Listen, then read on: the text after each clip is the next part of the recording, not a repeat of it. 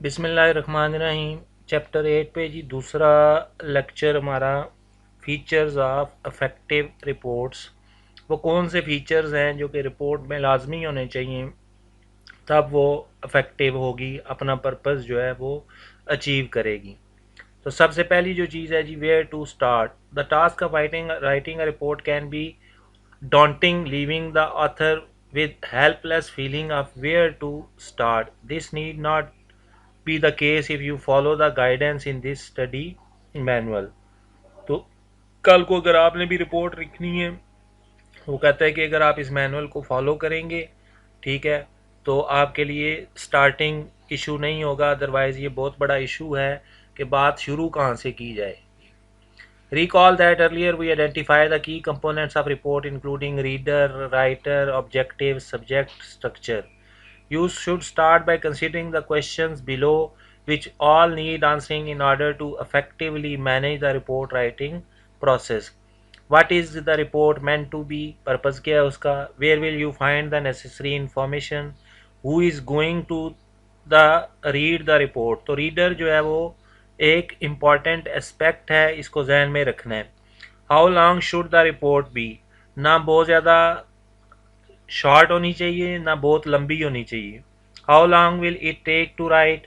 When will you have time to think about it and write it? जब आपने report writing करनी है तो आप फ्री ऑफ माइंड होने चाहिए, बिल्कुल आपके जहन में कोई इशू नहीं हो, कोई ऐसा क्या कहते हैं फीलिंग नहीं हो जो बायसनेस डेवलप करे, ठीक है, आपको सब्जेक्टिव कर दे, बल्कि आप ऑब्जेक्टिवली आपने रिपोर्ट लिखनी है। Features of effective report. Fit for purpose, जिस पर्पस के लिए लिखी जा रही है उसमें वो फिट हो रही हो।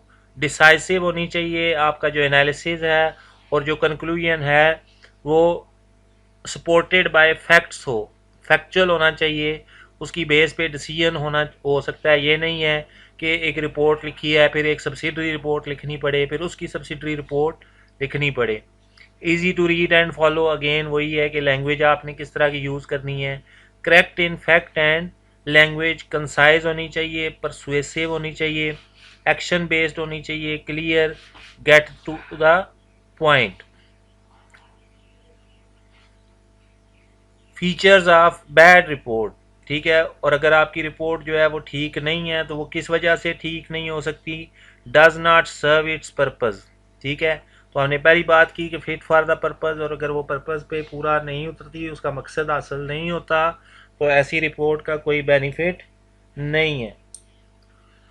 Leaves the readers question unanswered, ठीक है, अगर स्टिल जो रीडर के जहन में क्वेश्चंस हैं वो उसको बात क्लियर नहीं हुई तो तब भी ये एक अच्छी रिपोर्ट नहीं होगी।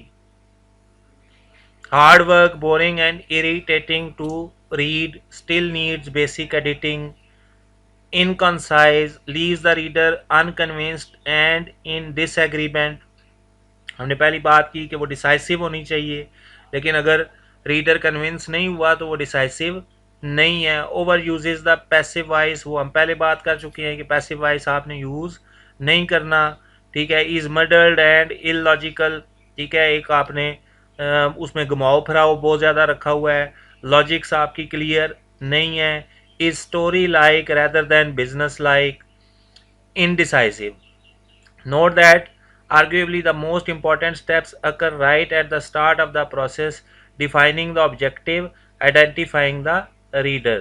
ये दो मेन चीज़ें हैं कि उस रिपोर्ट का बेसिक ऑब्जेक्टिव क्या है वो आपके जहन में होना चाहिए, और रीडर कौन है उसका, who is the decision maker, who is going to read the report, ठीक है, वो भी आपके जहन में होना चाहिए, क्योंकि रीडर जो है वो की एस्पेक्ट है किसी भी रिटन कम्युनिकेशन का।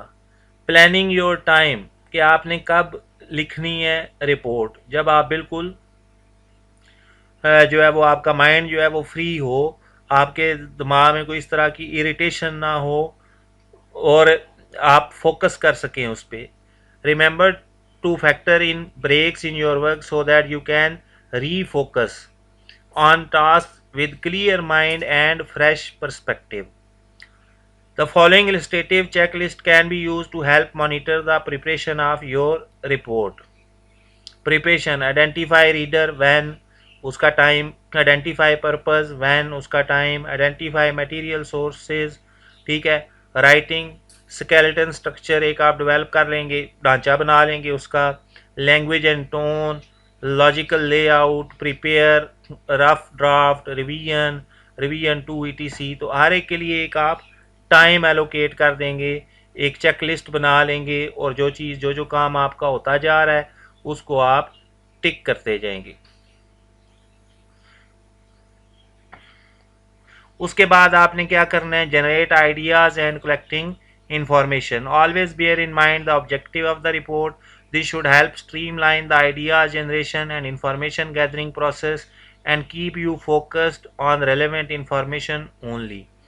Make notes of your initial ideas before you forget them.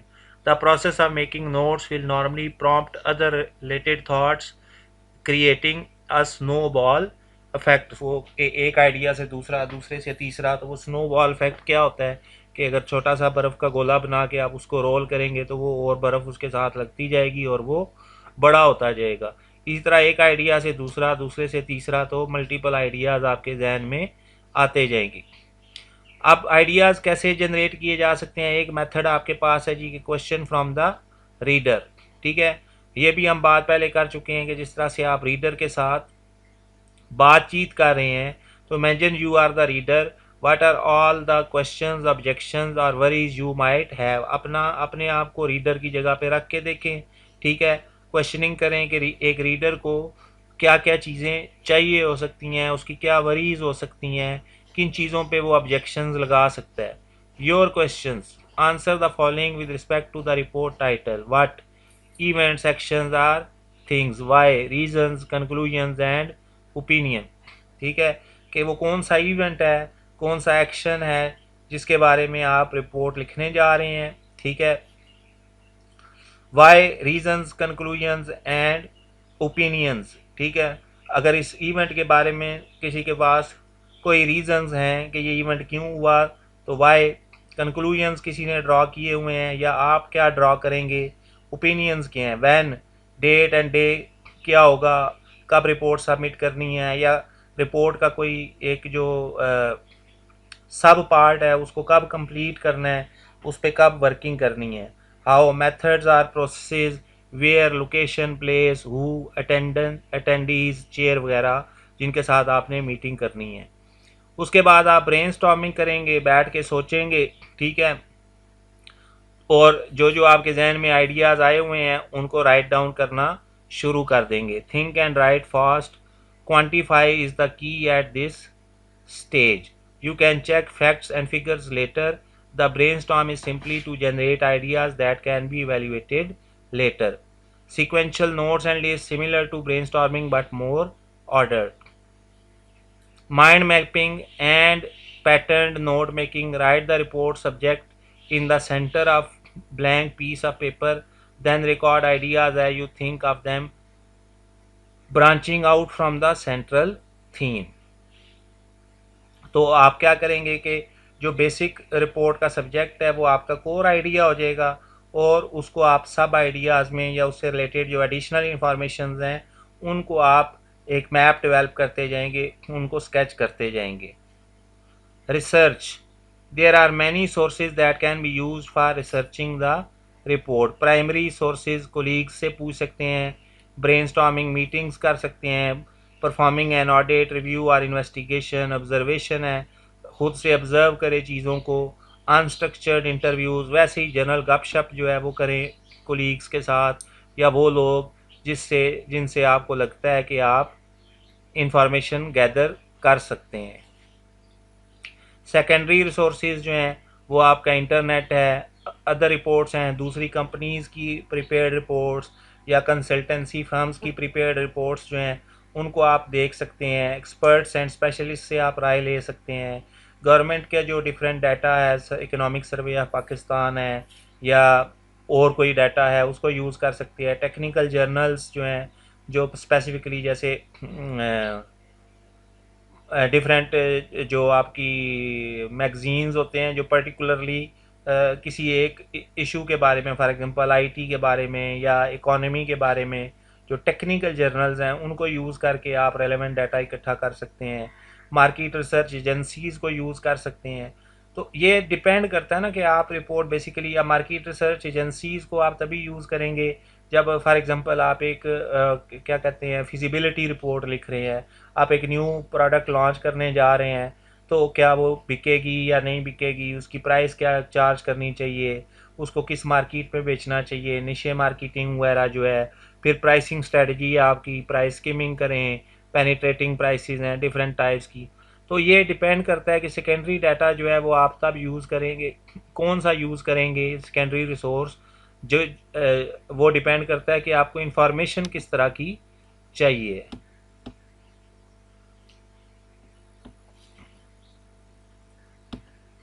उसके बाद है जी स्ट्रक्चरिंग द इंफॉर्मेशन। सबसे पहला काम आप करेंगे screening. Having generated lots of ideas and thoughts, you now need to start organising the information into structure that will support the actual writing of the report. अब आप उसको एक स्ट्रक्चर दे देंगे, सबसे पहले कौन सी चीज़ आपने लिखनी है, बाद सेकंड वाली कौन सी है, थर्ड वाली कौन सी है।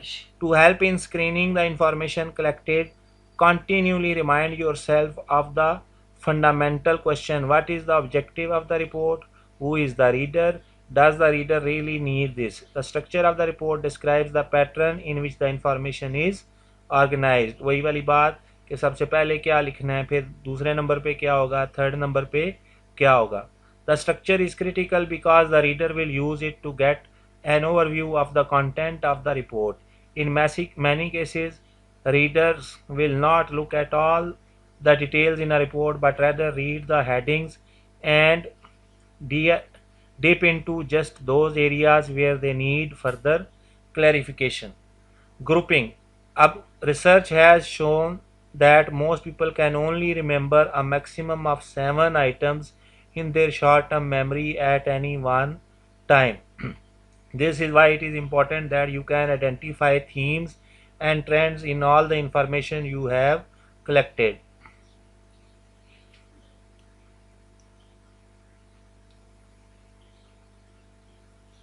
अब अगर आपने डिफरेंट इंफॉर्मेशंस हैं वो आपने प्रोवाइड करनी है रिपोर्ट के अंदर, तो एक तरह की इंफॉर्मेशन का एक ग्रुप बनेगा, दूसरी तरह की इंफॉर्मेशन का दूसरा ग्रुप, तीसरी तरह का इंफॉर्मेशन का तीसरा group.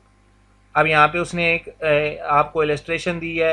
As identified the following line items from a simple statement of financial position. अब स्टेटमेंट ऑफ फाइनेंशियल पोजीशन क्या है, ठीक है, आई कॉम बी कॉम वाले जिसको बैलेंस शीट आप कहते थे, ठीक है, और जो एफएससी वाले आए हैं वो अभी तक उनको तो खैर नहीं पता कि स्टेटमेंट ऑफ फाइनेंशियल पोजीशन क्या होती है। ये किसी भी कंपनी के जो एसेट्स हैं और लाइबिलिटीज़ हैं उसके बारे में एक रिपोर्ट है, उसकी पोजीशन बता रही है। तो अब स्टेटमेंट ऑफ फाइनेंशियल पोजीशन में जैसे मैंने कहा कि एसेट्स और लाइबिलिटीज़ और कैपिटल ये तीन चीज़ें आती हैं। तो बैंक लोन एक लाइबिलिटी है, शेयर कैपिटल कैपिटल है, इन्वेंट्री जिसे स्टॉक कहते हैं ये एक एसेट है, टेंजिबल नॉन करंट एसेट्स, ठीक है, रीवैल्यूएशन रिजर्व। अब ये काफ़ी टेक्निकल सी टर्म्स हैं, इनको याद रखना ज़रूरी नहीं है, ये जस्ट उसने इलस्ट्रेशन एक दी कि financial position statement of financial position में जो इंफॉर्मेशन है वो इस तरह से हम डिफरेंट ग्रुप्स में सब डिवाइड करते, ठीक है। अब जो रीडर होगा वो जो मोस्ट इम्पॉर्टेंट एरिया है उसको देख लेगा। इन्वेंट्री है फॉर एग्जांपल, तो रीडर जो है वो इन्वेंट्री में इंटरेस्टेड है कि इस वक्त हमारे पास स्टॉक कितना पड़ा हुआ है, तो वो स्ट्रेट वे इन्वेंट्री को देख लेगा और इन्वेंट्री से रिलेटेड जो नोट्स हैं फर्दर सब ग्रुप जो इंफॉर्मेशन है उसको चेक कर लेगा। अब ग्रुप्स कैसे बने, ठीक है जी, तो ये ऊपर जो है वो ब्रेन स्टॉर्मिंग में सिर्फ मुख्तलिफ चीज़ें आई। अब ग्रुप्स में मैंने कहा जैसे कि एसेट्स का एक ग्रुप बन गया, फिर वो एसेट्स जो हैं वो आगे नॉन करंट एसेट और करंट एसेट दो सब ग्रुप्स में डिवाइड हो गए। इक्विटी जिसको मैंने कैपिटल कहा, ठीक है, और लाइबिलिटी ये दूसरा ग्रुप बन गया। फिर उसमें इक्विटी ला आ गई, और अब इक्विटी के अंदर क्या क्या आ रहा है, लाइबिलिटीज़ के अंदर क्या क्या आ रहा है, ठीक है। तो ये अभी तक तो वो लोग जिनका अकाउंटिंग का बैकग्राउंड नहीं है उनके लिए ये टेक्निकल टर्म्स हैं। आपको सिर्फ ये याद रखना है कि ब्रेन स्टॉर्मिंग में क्या हो रहा है कि आपके जहन में रफ़ आइडियाज़ आ रहे हैं, ठीक है, और उन रफ़ आइडियाज़ को आप ग्रुप्स में जो है वो डिवाइड कर रहे हैं। अब ग्रुपिंग का फ़ायदा ये होता है कि ऑल रिलेटेड रेलेवेंट इंफॉर्मेशन जो एक पर्टिकुलर हेडिंग से रिलेटेड है वो एक जगह इकट्ठी हो जाती है। मतलब ओवरऑल ये नहीं होता कि एक ही आइडिया जो है वो रिपोर्ट के अंदर डिफरेंट जगहों पे स्प्रेड हुआ हुआ हो, कुछ पहले पेज पे है, कुछ 10वें पेज पे है, कोई 8वें पेज पे है, बल्कि एक पैराग्राफ में एक तरह की इंफॉर्मेशन जब आप प्रोवाइड कर रहे हैं तो वो भी बेसिकली आप ग्रुपिंग ही कर रहे हैं।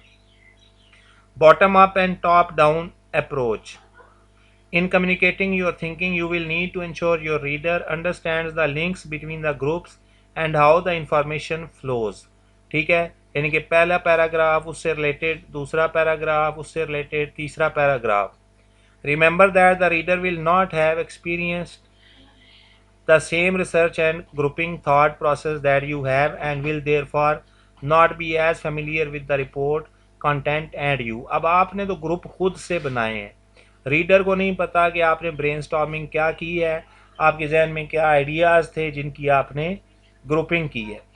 Never assume the reader knows the links. आपने कभी भी एज्यूम नहीं करना कि जो पैराग्राफ्स के दरमियान लिंक्स हैं वो रीडर को पहले से पता है।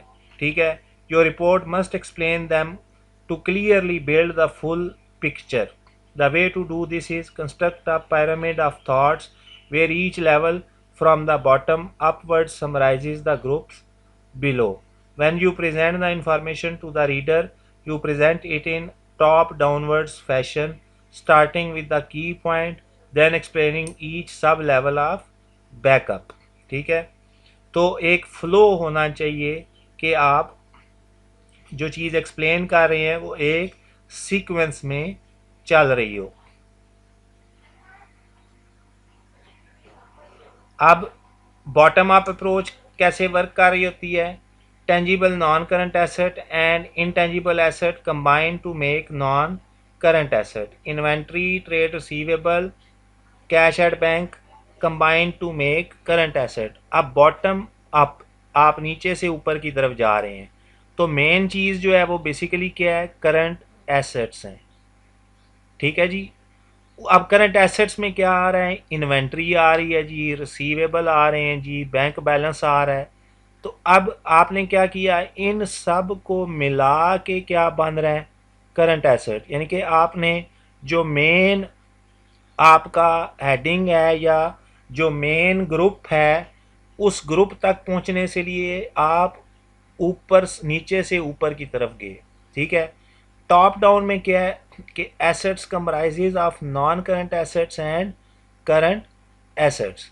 ठीक है, अब non current asset comprises of tangible non current asset and, मतलब आप नॉन करंट एसेट को पहले एक्सप्लेन कर रहे हैं और फिर उसके सब पार्ट्स को एक्सप्लेन कर रहे हैं। यहाँ पे बॉटम अप अप्रोच में आप क्या कर रहे हैं?